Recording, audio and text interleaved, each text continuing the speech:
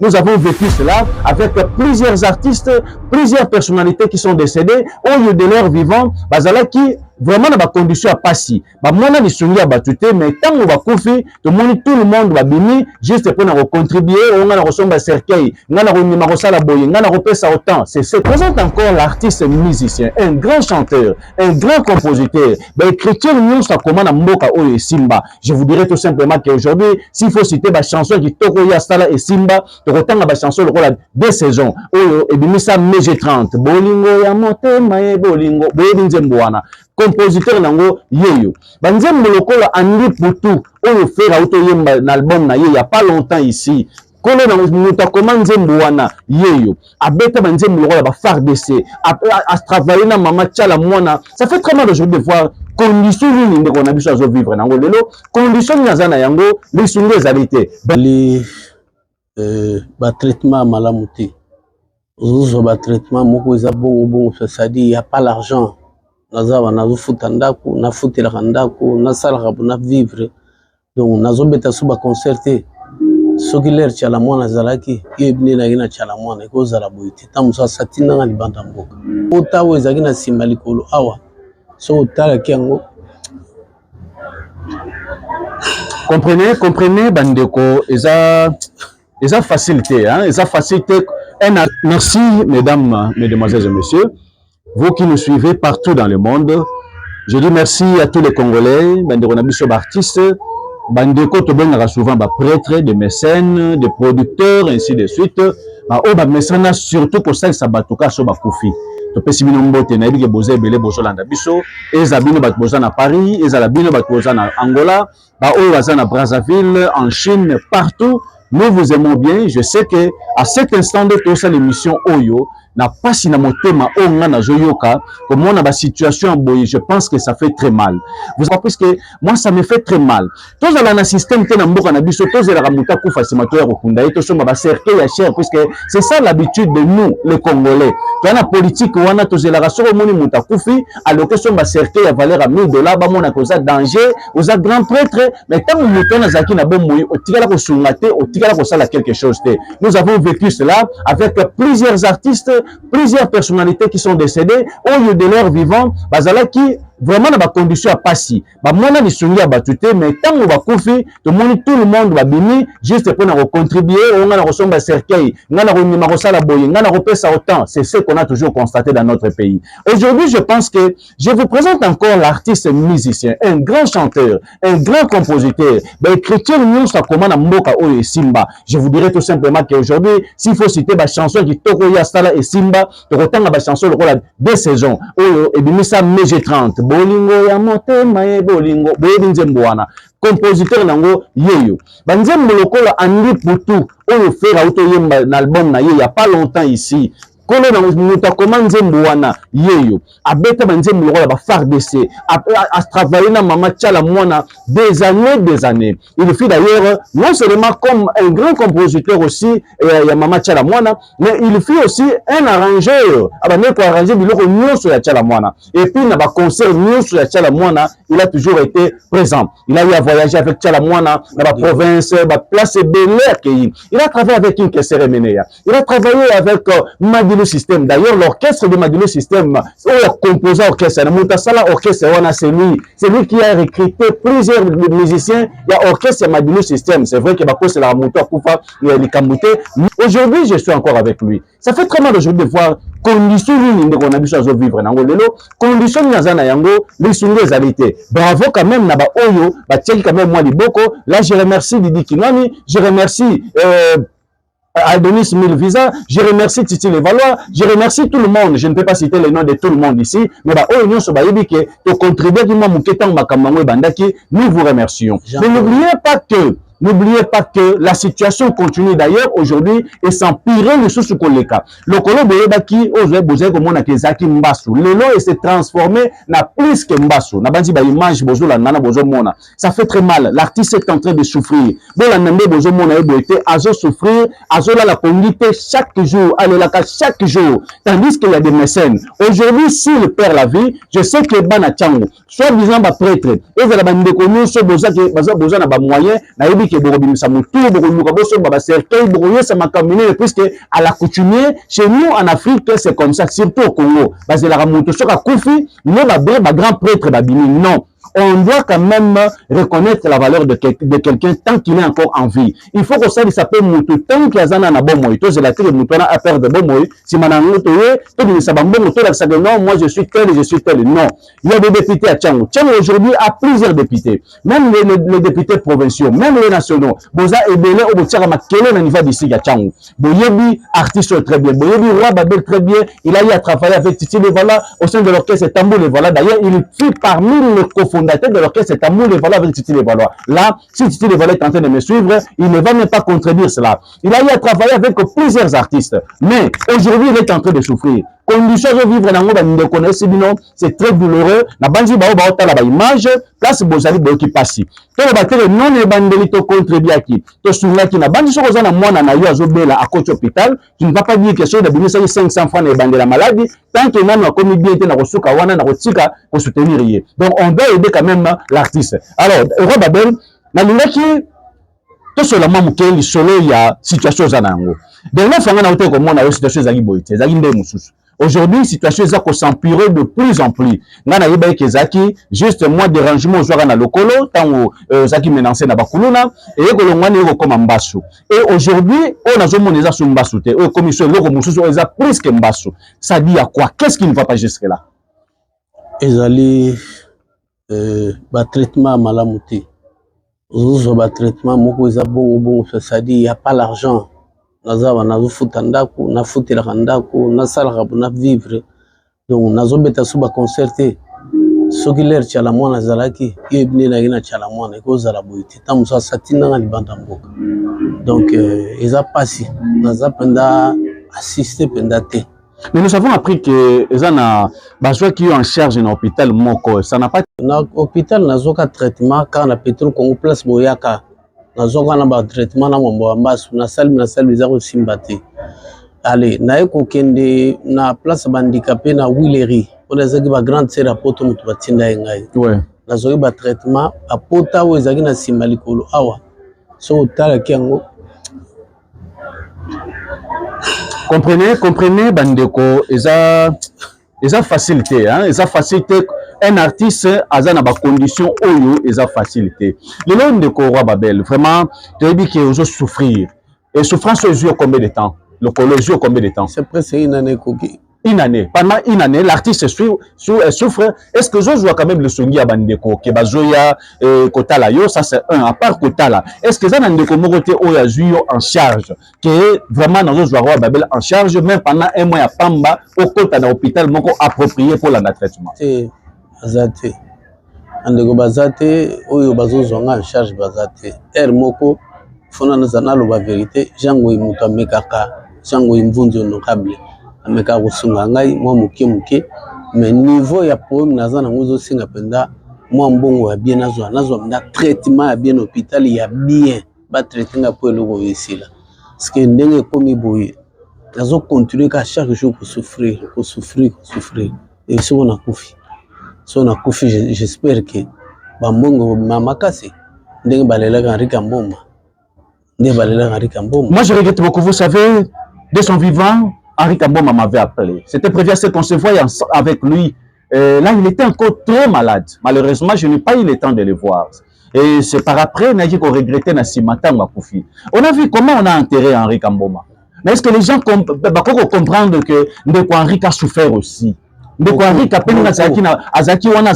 a difficulté belé. Botala kombo ya Henri Kamboma tazaki na hôpital et belé bato yo ba monana ki jour enterrement na ye ba monana tetanga zaki na bomo. Je pense que ça malade ya bana changu. Malade ya bana changu ya ngona bazela ka muta kufa po ba ya ko bimisa ba mbongo. J'ai vu ça dernièrement matanga mo zaki na terrain municipal à Marché Libéré ya nini ya terrain municipal à Massina. Ndeko mo kufa ki wana pour ne pas citer le nom. On a vu comment ba politicien Massina, ba opérateur économique ya Massina, bref bana changu ndenge se mobiliser qui juste pour na matanga wana ils en a bandeko ba juba charge ba cercueil ngana ko ba katafal ngana ko sala boye ainsi de suite. Pourquoi ne pas le faire tant que la personne est en vie? Tant nous avons un bon moment où nous devons relaxer force na bino que nous devons aider notre artiste à comme bien puisque ayembela ba te belé a soutenir pe bato belé ayemba na album belé boye bi yango na tiko ba art ezana banzembo sala ba succès na ba mboko lokola ba banzembo 2 saisons ezanzembo na ye banzembo ba phare DC banzembo na ye banzembo nyonso bo Rolanda aba clip tout bo Rolanda ezana banzembo ya koma. Mais aujourd'hui il est en train de souffrir mes frères et sœurs. Est-ce qu'on ne peut pas penser à faire quelque chose, juste sauver quand même la vie de quelqu'un? Au lieu d'attendre seulement qu'il meure et après, bon, il y a belé, n'a pas moyen, ainsi de suite. C'est le moment de l'aider. Je remercie beaucoup tout celui qui a moyen de bandeli. Vous avez belé, il n'y a pas moyen de citer le nom. Mais bandeli, on a sa première émission. Moi-même, j'ai senti quand même qu'il y a eu des gens qui ont soutenu qui a moyen de bango pour la kosunga. Nayebi que la minute honorable Marie-Kate Moutinga a informé pété. Ayebi pété. Nayebi que ça fait na bato belé ba yebité. Na occasion où peut-être le message de rekomela et belé ya bandeko ya bonne volonté ou ba ko sunga ndeko. Automatiquement il doit se retrouver à l'hôpital. S'il y a les moyens, Azam Mouto fa se retrouver dans l'hôpital, ba landela ye malam puisque biloko monsieur de mona ngoboye em se cause ba infection. Et cause ba microbe.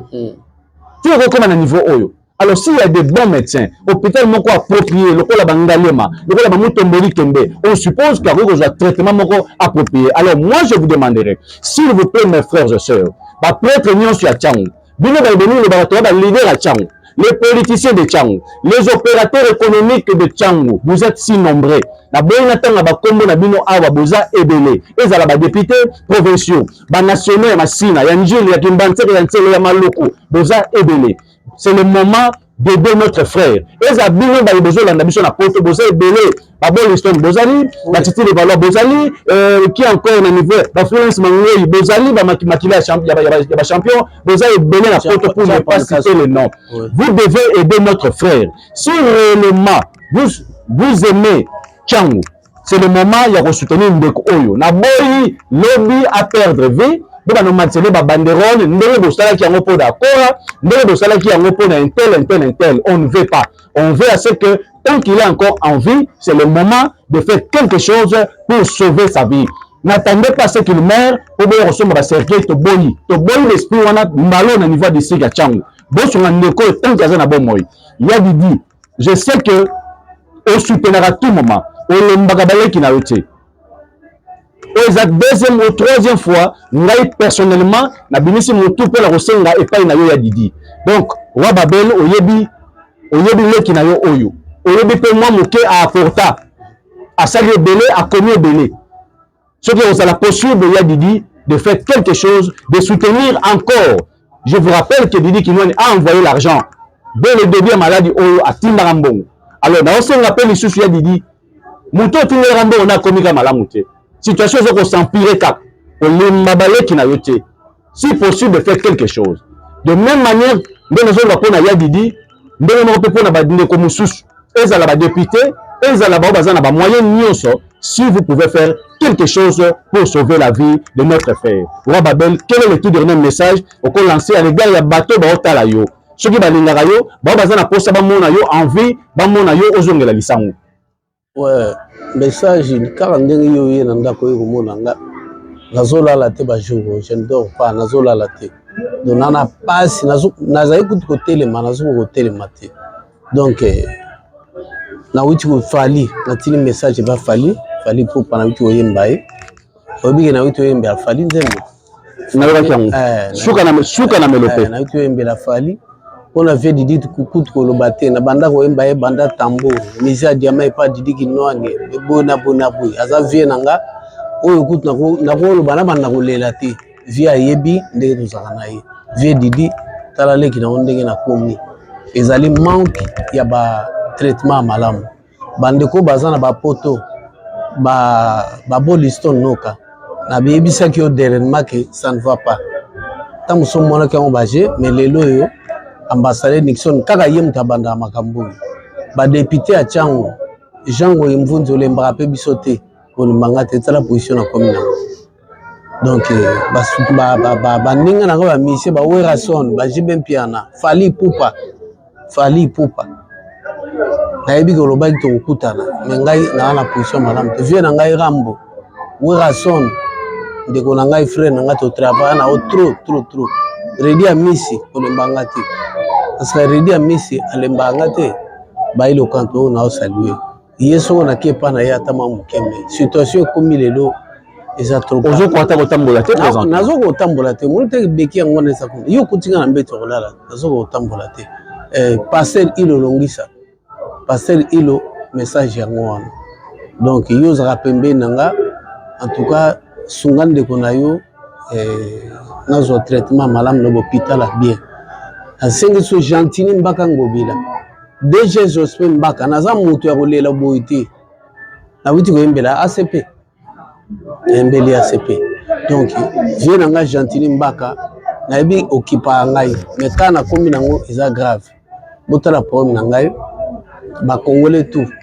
o bazana posa ko sunga ngai parce que mutu a vivre ay moko tele ko ngana so vivre na vivre na milieu moko ndire mutu mo aza abandonné nga arika mbo malera zo bela avant kufa yagene otana arika ndeke otana arika to solo ina arika pona nini bolingo ndeko ndazana pasi mina longo la kenda ti kuna Livia na otana arika na 10h akiti pe santé zaki bien te mayambinga to solo li abirwa ngala wuti na liwa eloko na komi boye na otala pe kano no mona za pasi so na mwa mbongo oyo okende ochata ma provision vivre so na ogi makasi ngandi fona ya kotala yo malheureusement arika mboma après un mois ekokufa abenga ye mbala moko boye o nazana c'est pas maman Olive maman Olive boy naza kuna moto sera soka na oki bien arika mboma moto asutena ye trop ezali bati likwebo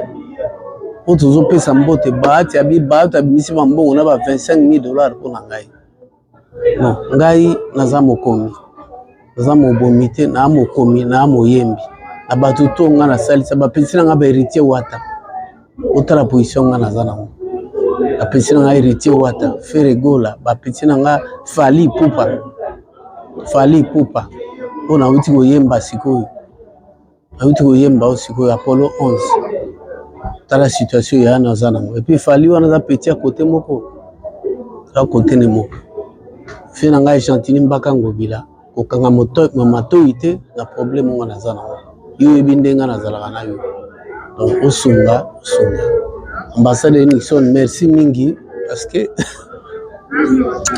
comprenez mes frères et sœurs, ça fait très mal, hein? Ça fait très mal. Moi personnellement, et ça l'a passé. Na osenga na bino boza na mitema ya batu. Na otoloba awa, je ne vais pas répéter cela 10 fois, non. Boza na mitema ya batu. Bandeko na biso ya changu boza na mitema ya batu. Bawela mutu tanga za na bomoy. Towela itanga za na bomoy. La seule maman totikala na ye. Je dis bien la seule maman totikala na ye na Congo. Honorable Marie-Kate Mutinga. Maman pensait aussi à faire quelque chose. C'est un grand artiste très connu qui a beaucoup travaillé dans ce pays. Mais aujourd'hui, dans la situation à Zanango. Situation est bannie Outakala. Et je vais tant ébélé. Une année, nous allons souffrir. Une année, jusque la solution est active. Pourquoi? Parce qu'il n'y a pas de moyens. Les moyens à mouquer. Nous avons fait ça, moi quelque chose à mouquer. Mais il faut rater pour monter un traitement pendant 3-4 mois. Ils ont passé. Les bibisonions sont été pour les lots à l'internet, à l'hôpital. Le rôle à Ngalema, le rôle à Mutombodi Kembe. Ça demande des moyens. Mais ceux qui montent la moto à contribuer, je pense que ça fera en sorte que Ndeko a un traitement malam. Ezala na bokoko, ezala na moderne, et que sungaye pour que azala en vie. Faites quelque chose, mes frères. Mon numéro est là. Tout celui qui veut contacter Roi Babel, appelez-moi. Vous qui êtes en Europe, c'est là qui sont ici à Kinshasa, au Bazan au niveau Angola, Brazzaville, partout. Mon numéro est là. Appelez-moi. Je pense que je vais vous mettre en contact avec Roi Babel. Vraiment, vous allez m'excuser par rapport à tout ce que je vous ai dit. Je vous supplie encore. Bana Changu. Boyela ndeko na bino tangu azana bomoy. Bolinga te lobi, boko tia ba banderole, boyela kosomba cercueil et ezali sata awala mukalisuté. Au revoir.